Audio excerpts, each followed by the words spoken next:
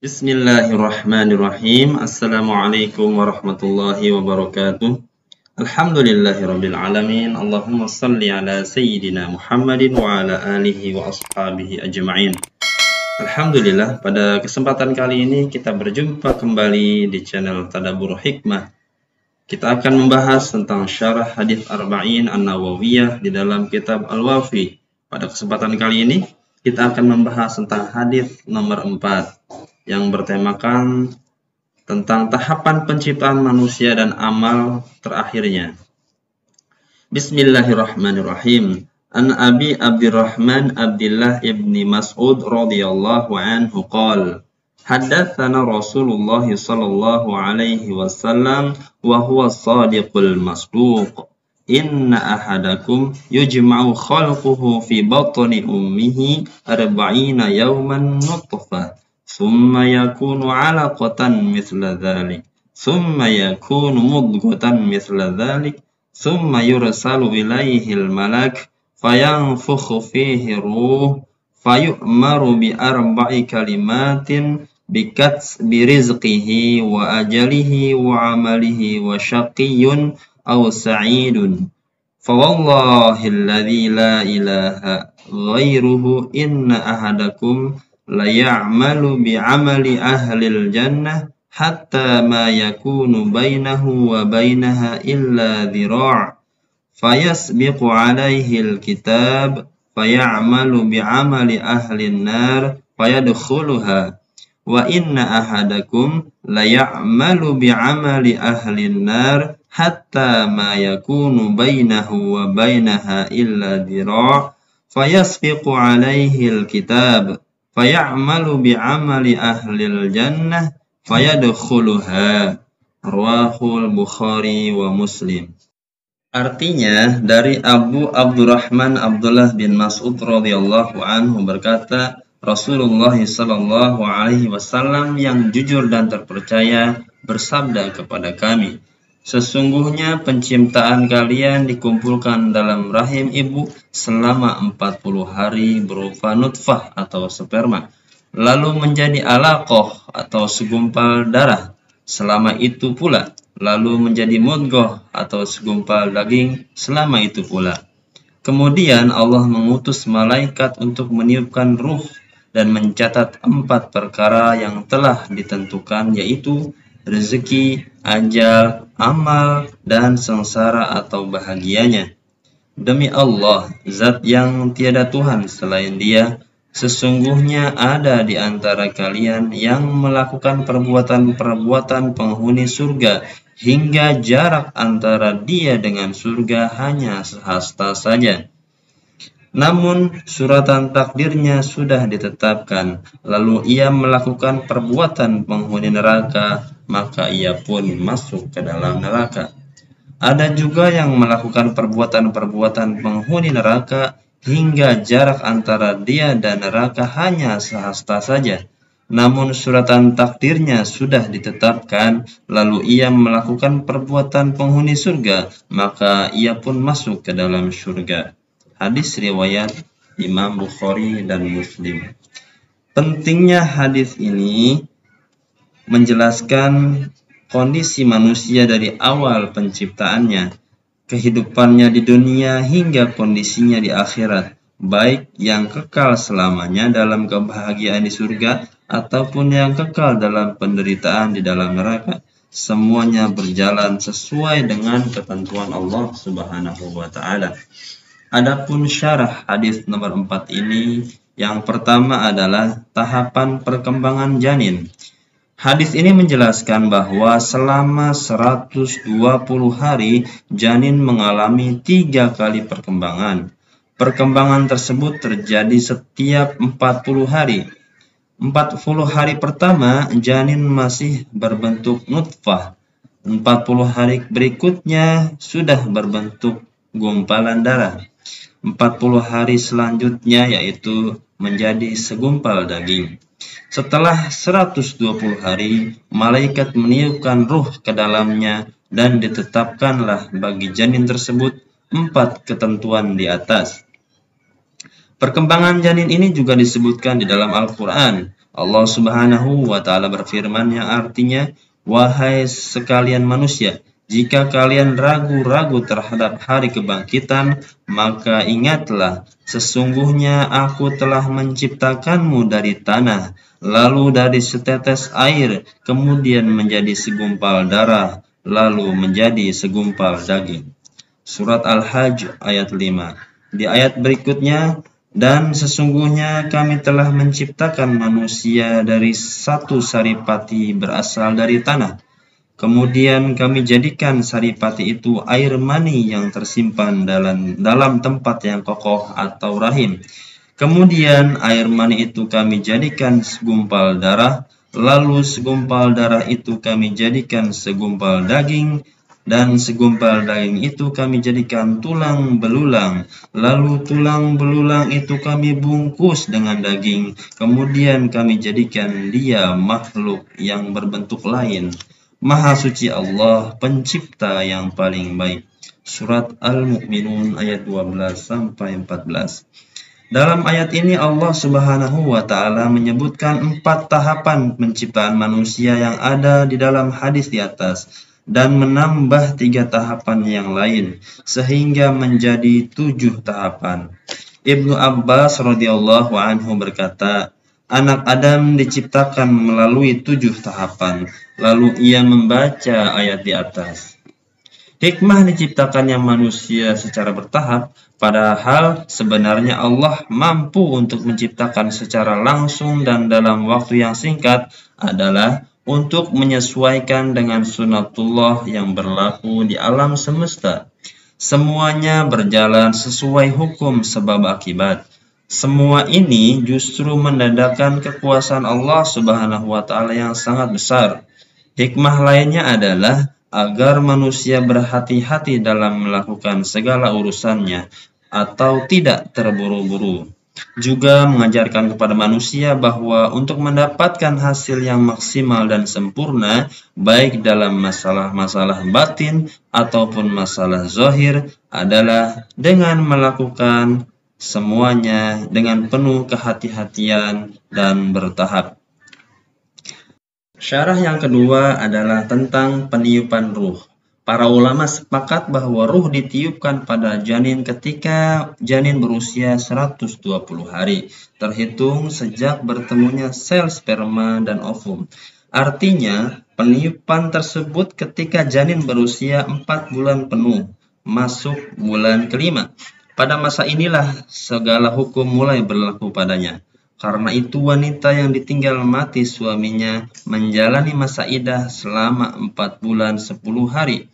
Ini untuk memastikan bahwa ia tidak hamil dari suaminya yang meninggal dan agar tidak menimbulkan keraguan ketika ia menikah lalu hamil.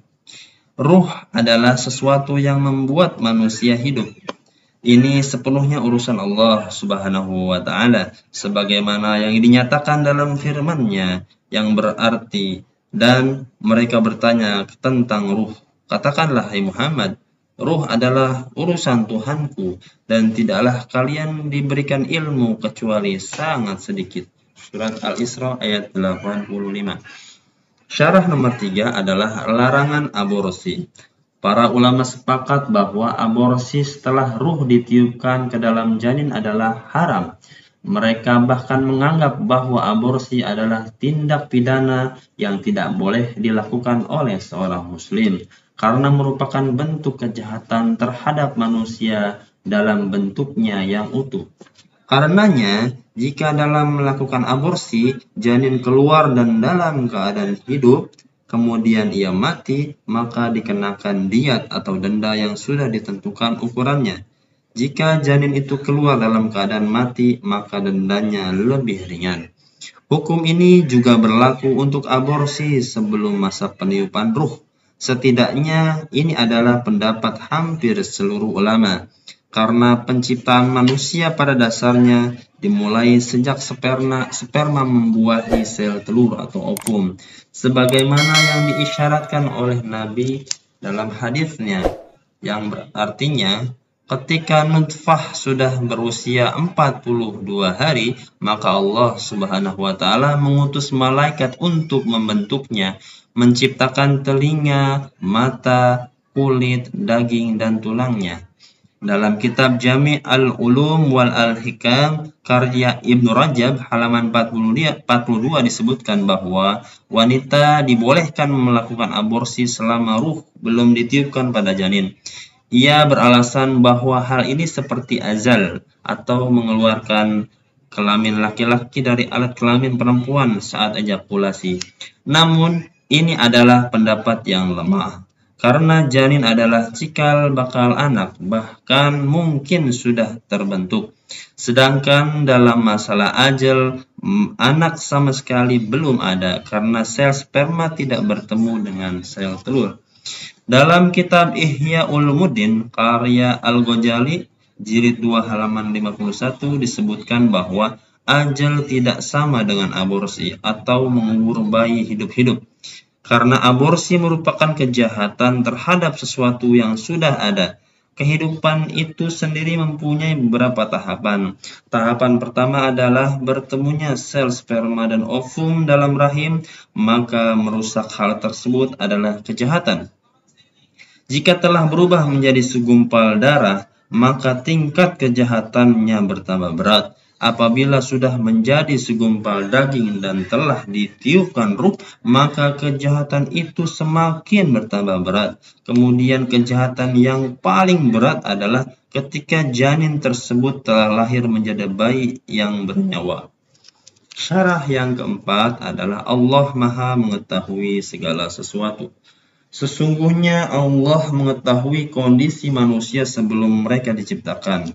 Keimanan, ketaatan, kekufuran, kemaksiatan, kebahagiaan, atau kesengsaraan, semuanya atas pengetahuan dan kehendak Allah Subhanahu wa Ta'ala. Banyak nas yang menyatakan tentang hal ini. Seperti perkataan Ali bin Abi Thalib radhiyallahu an menyebutkan bahwa Rasulullah sallallahu alaihi wasallam bersabda, "Tidaklah satu jiwa yang telah ditiupkan ruh ke dalamnya, melainkan Allah telah menetapkan tempatnya di syurgakah atau di neraka. Jika tidak, maka Allah telah menetapkan apakah ia bahagia atau celaka." Seorang lelaki bertanya, "Ya Rasulullah, jika demikian apakah kita kemudian pasrah dengan ketentuan kita?" Rasulullah SAW menjawab, "Tidak. Tapi beramallah, karena semua dimudahkan menurut ketentuan masing-masing. Orang yang ditentukan bahagia akan dimudahkan pada amal-amal orang yang berbahagia. Sedangkan orang yang ditetapkan sengsara akan dimudahkan pada amal-amal orang-orang yang sengsara." Lalu beliau membaca ayat, "Adapun orang-orang yang memberikan hartanya di jalan Allah dan bertakwa, dan membenarkan adanya pahala yang terbaik." Surat Al-Lail ayat 5-6. Demikian, maka pengetahuan Allah Subhanahu wa Ta'ala dalam masalah ini tidak berarti meniadakan ikhtiar atau usaha seorang hamba.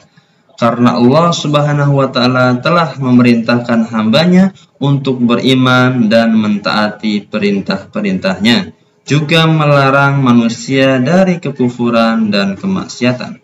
Ini menunjukkan bahwa seorang hamba harus berusaha untuk mencapai apa yang ia inginkan. Jika tidak, maka perintah dan larangan Allah tersebut akan sia-sia belaka. Dan ini mustahil bagi Allah Subhanahu wa Ta'ala. Allah Subhanahu wa Ta'ala berfirman yang artinya, "Demi jiwa dan penyempurnaannya, maka Allah mengilhamkan kepada jiwa itu jalan kefasikan dan ketakwaan. Maka sungguh beruntung orang-orang yang mensucikan jiwa, dan sungguh merugilah orang yang mengotorinya." Surat Asy-Syams ayat 7-10. Syarah nomor 5 yaitu menggunakan takdir sebagai argumen. Allah Subhanahu wa Ta'ala telah memerintahkan kepada kita untuk meyakini dan menaatinya, juga melarang kita dari kekufuran serta kemaksiatan. Itulah yang telah dibebankan kepada kita. Adapun apa yang telah digariskan untuk kita, sama sekali kita tidak mengetahuinya. Karenanya, orang-orang yang kufur dan berbuat kesesatan tidak bisa menggunakan takdir sebagai argumen kekafiran dan kefasikan mereka. Allah Subhanahu wa Ta'ala berfirman yang artinya, Katakanlah, hai Muhammad, beramalah kalian semua karena Allah, Rasulnya, dan orang-orang mukmin akan mengetahui amal perbuatan. Surat At-Taubah ayat 105. Adapun jika ketetapan atau qada tersebut benar-benar telah terjadi, maka diperbolehkan menggunakan takdir sebagai argumen. Karena hal ini dapat meringankan beban orang-orang mukmin bahwa apapun hasil yang diterima itulah ketetapan Allah. Perlu diingat, apapun bentuk ketetapan tersebut itulah yang terbaik bagi seorang mukmin, baik yang berbentuk kesenangan maupun yang berbentuk kesengsaraan. Syarah nomor 6, yang menjadi penentu adalah bagian akhir dari amal perbuatan. Rasulullah Shallallahu Alaihi Wasallam bersabda, sesungguhnya segala perbuatan ditentukan bagian akhirnya. Hadis riwayat Bukhari.